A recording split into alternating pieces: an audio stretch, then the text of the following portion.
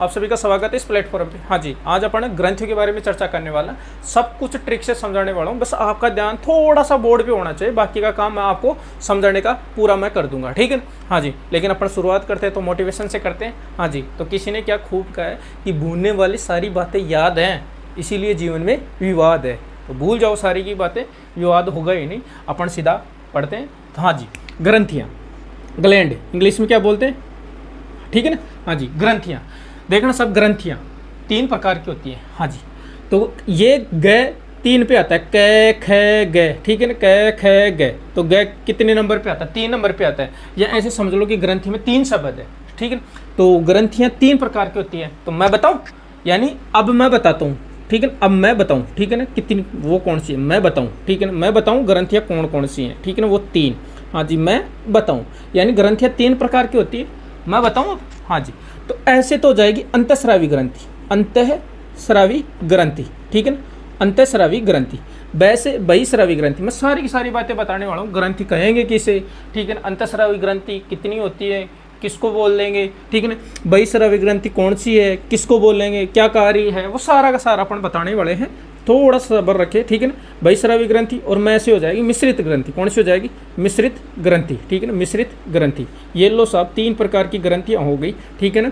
यानी ग्रंथियों में ग है तो ग 3 नंबर पे आता है, ऐसे याद करो, ठीक है ना। तो ग्रंथियाँ 3 प्रकार की है और मैं बताता हूँ, ठीक है ना। मैं बताया आपको ये ट्रिक, ठीक है ना, यानी मैं आपको ये ट्रिक बताया। हाँ जी, ऐसे अंतःस्रावी ग्रंथि, वैसे बहिःस्रावी ग्रंथि, मैं से मिश्रित ग्रंथि। हाँ जी, अब देखना साहब, मैं आपको ग्रंथियों के बारे में बताने वाला हूँ। ग्रंथियाँ बोलेंगे किसे, यानी ऐसा कोई भी अंग भी हो सकता है, ठीक है ना। जो अंग यानी शरीर का ऐसा अंग जो मतलब रस निकाले, ठीक है ना, रस दे, क्या रस, अब वो रस पीने वाला नहीं, ठीक है ना, रस, ये रस दे, या एंजाइम या हार्मोन, एंजाइम या हार्मोन, एंजाइम या हार्मोन निकालेंगी ये ग्रंथियाँ, एंजाइम और हार्मोन, ठीक है ना। अब एंजाइम कौन सी निकालती है और हार्मोन कौन सी निकालती है ग्रंथि, वो चर्चा करें। यानी शरीर का ऐसा अंग जो मतलब कुछ ना कुछ छोड़े, रस के रूप में छोड़े, ठीक है ना। जैसे मैं आपको उदाहरण के लिए समझाऊं, जैसे अपने आंसू हैं, ठीक है ना। आंसू आते हैं तो मतलब बाहर आते हैं ना, ठीक है ना। तो नाव से याद हो जाएगा भाई स्रावी ग्रंथि, आंसू बाहर आती है तो आंसू बनाने वाली भी तो ग्रंथि होगी ना, ठीक है ना। जैसे अपनी लारीय ग्रंथि है, लार बनाने वाली ग्रंथि है, तो लार बनाते हैं ना ग्रंथि वो, तो लार बाहर आती है ना, तो बाहर आती है तो बहिःस्रावी ग्रंथि, ठीक है ना, समझ रहे हो आप। हाँ जी, जो बाहर निकाल दे, ठीक है, या तो दूसरे अंग में, दूसरे अंग को दे दे रस, ठीक है ना, निकाल के, या मतलब किसी या शरीर से बाहर कर दे बहिःस्रावी ग्रंथि। और अंत का मतलब अंदर, यानी अंदर ही अंदर सारा काम हो, ठीक है ना। यानी जैसे मेरे मस्तिष्क को या मेरे लीवर को कुछ भी काम करना है, ठीक है ना, तो वो मतलब लीवर रक्त के अंदर अपना कुछ हार्मोन छोड़ेगा, ठीक है ना।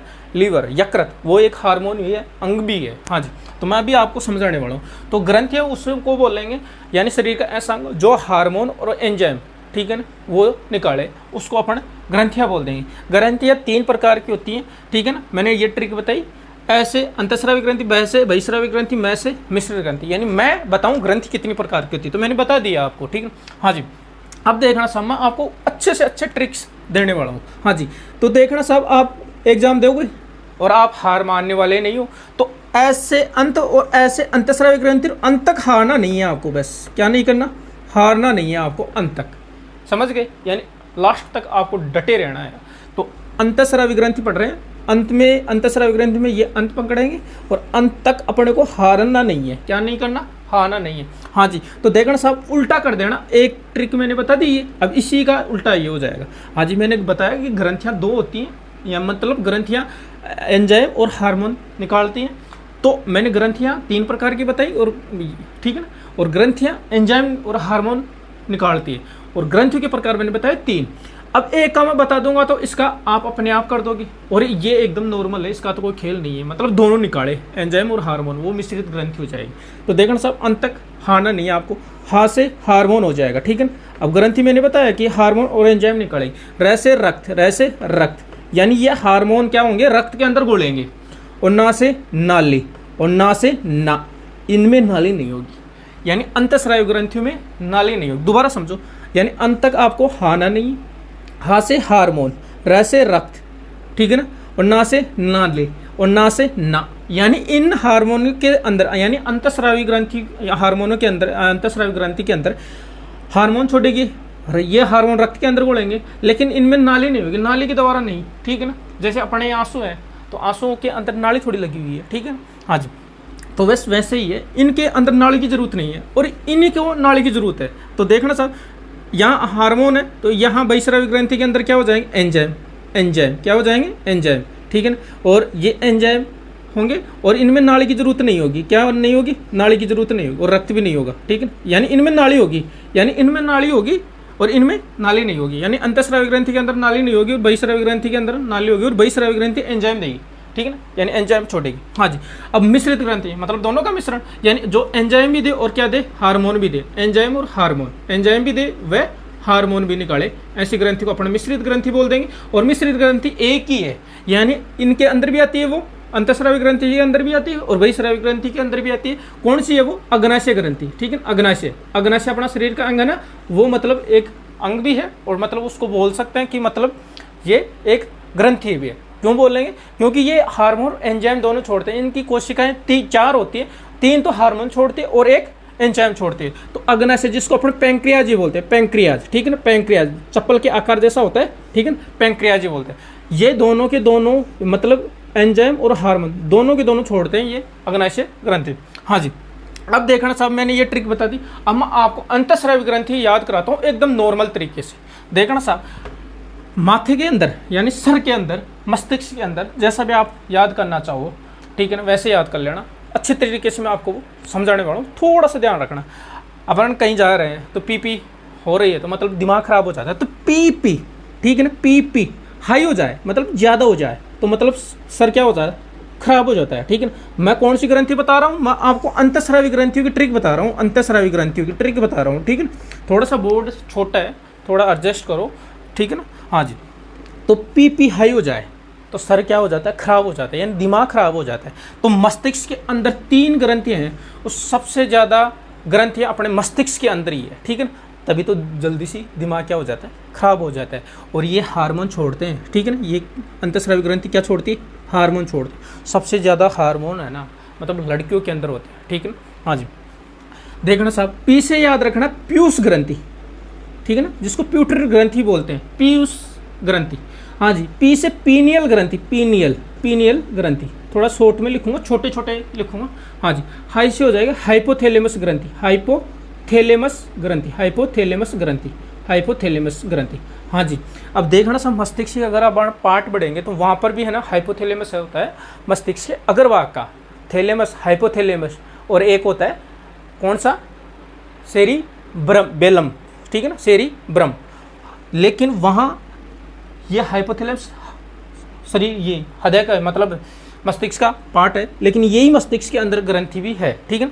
तो पीयूष ग्रंथि, पीनियल ग्रंथि, हाइपोथैलेमस ग्रंथि, ये तीनों की तीनों अंतःस्रावी ग्रंथियां हैं जो अपने मस्तिष्क के अंदर, सर के अंदर होती हैं। हाँ जी, अब देखना साहब, मैं और याद कराता हूँ। अंतःस्रावी ग्रंथियां अपन पढ़ रहे हैं कि कौन कौन सी होती है, 3 तो अपन ने पढ़ ली कि किसके अंदर होती है, मस्तिष्क के अंदर होती है। अब देखना साहब, अंतःस्रावी ग्रंथि में ये अंत है, अंत का आपको हारना नहीं, और इस ऐसे याद करना, अवटु ग्रंथि, कौन सी ग्रंथि, अवटु ग्रंथि, जिसको अपन बोलते हैं थायराइड ग्रंथि, थायराइड ग्रंथि, थायराइड ग्रंथि, थायराइड